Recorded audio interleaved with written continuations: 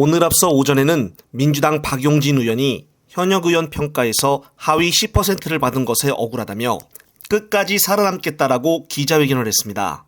그리고 좀 잠잠해졌나 싶더니 이제는 민주당 윤영찬 의원이 자신도 하위 10%를 받았다고 억울하다며 기자회견을 가졌습니다. 그러면서 윤영찬은 탈당은 하지 않고 앞선 박용진 의원과 마찬가지로 당내에서 버텨 승리하겠다라고 말했습니다. 윤영찬 의원은 지금 민주당에서 탈당한 조응천과 김종민, 이현욱과 같이 대표적인 비명계, 즉 수박 4인방이라고 불렸었습니다. 윤영찬은 당시 경쟁 후보였던 현근택 변호사가 개인적인 문제로 후보로 나서지 못하자 갑자기 탈당 취소를 하고 민주당에서 총선을 대비했습니다. 하지만 민주당 이수진 의원이 지난달 성남중원을에 출마를 하겠다고 밝혀 이제는 서로 경쟁하는 사이가 되었는데요.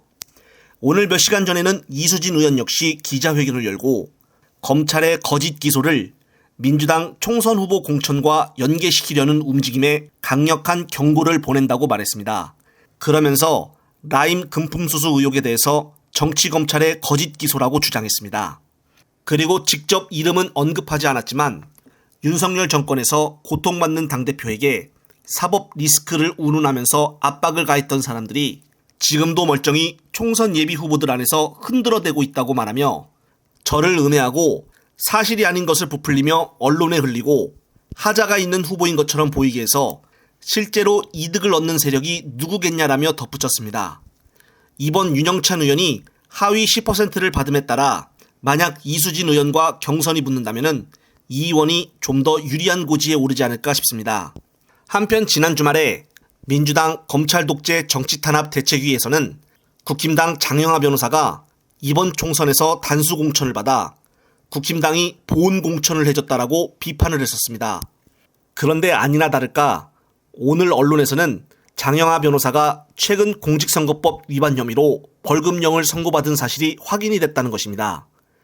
지난달 26일 서울고법에서는 공직선거법 위반 혐의로 기소가 된 장영하에게 2심에서 벌금 70만 원을 선고했습니다.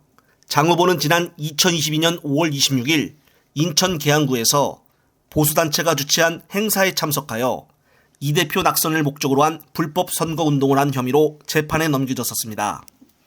하지만 장영하는 이번 2심 결과를 받아들이질 않고 대법원 상고를 했는데요.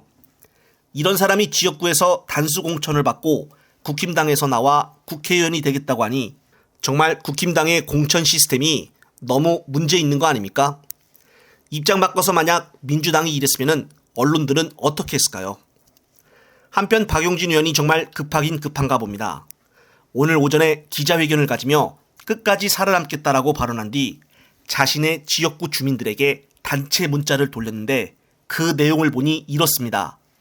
경선에서 60% 이상 득표하면 박용진이 이긴다며 악착같이 투표하고 모두 나서서 함께 해달라고 호소의 문자를 보낸 것이었습니다. 그러면서 마지막 문장에서는 박용진을 살려주십시오라고 했는데요. 좀 평소에 잘하지 이제 와서 살려달라고 하니 좀 그래 보입니다. 한편 창원시 성산구 지역에서 유일하게 국힘당 단수 공천을 받은 강기훈 후보에 대해 같은 당 출신인 배종천 후보가 무소속으로 출마하겠다고 선언하여 민주당 입장에서는 좋은 소식이 아닐 수가 없습니다. 상대방이 단수 공천을 받아 억울하다며 무소속으로 나오는 상황으로 봐서는 끝날 때쯤에 같이 단일화할 생각은 없어 보입니다. 따라서 최근 여론조사에서 민주당이 국힘당에게 낮게 나오고 있지만은 민주당 입장에서는 상대편 표가 분산되므로 좋은 소식이 아닐까 싶습니다.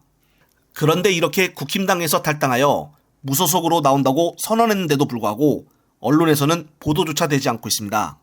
마치 국힘당이 이번 총선에서 조용한 공천을 하는 것으로 인식이 돼가고 있습니다. 정말 언론 환경이 너무 심각합니다. 끝으로 이번 주 금요일에 최재형 목사님의 금요 캐비넷이 열린다며 놀라운 소식을 전했는데요. 관련된 영상 보시면서 이번 편 마무리하겠습니다.